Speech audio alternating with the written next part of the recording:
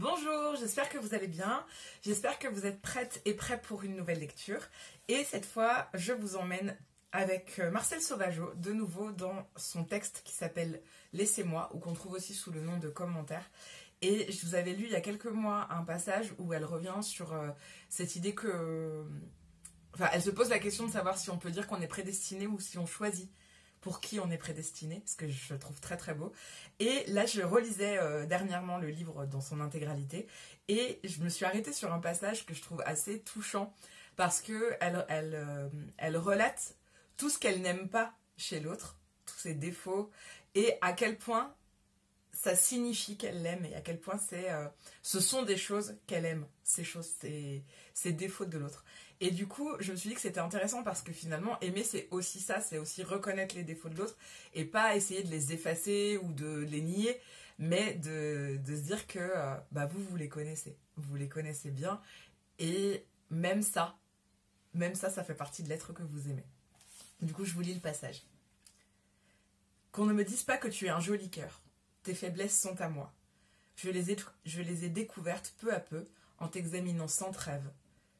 Je souffre que tu aies ces travers, mais je ne voudrais pas que tu changes. Je t'en parle quelquefois en souriant. Je ne voudrais pas te froisser ni te donner des conseils. Je voudrais que tu saches ce que je sais.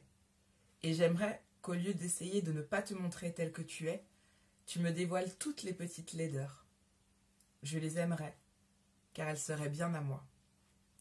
Les autres ne les connaîtraient pas, et c'est par là que nous rejoindrions en dehors du monde. Rien n'est plus attachant que les faiblesses et les défauts. C'est par eux que l'on pénètre l'âme de l'être aimé, âme constamment cachée par le désir de paraître semblable à tout le monde. Il en est comme d'un visage. Les autres ne voient qu'un visage, mais soi, l'on sait à quel instant précis la courbe du nez, au lieu de continuer sa ligne idéale, se casse imperceptiblement pour dessiner un nez ordinaire. On sait que, de près, le grain de la peau est gros avec des points noirs. On a trouvé la tache des yeux qui, par moments, éteint le regard et le millimètre qu'a, en trop, la lèvre pour être distinguée.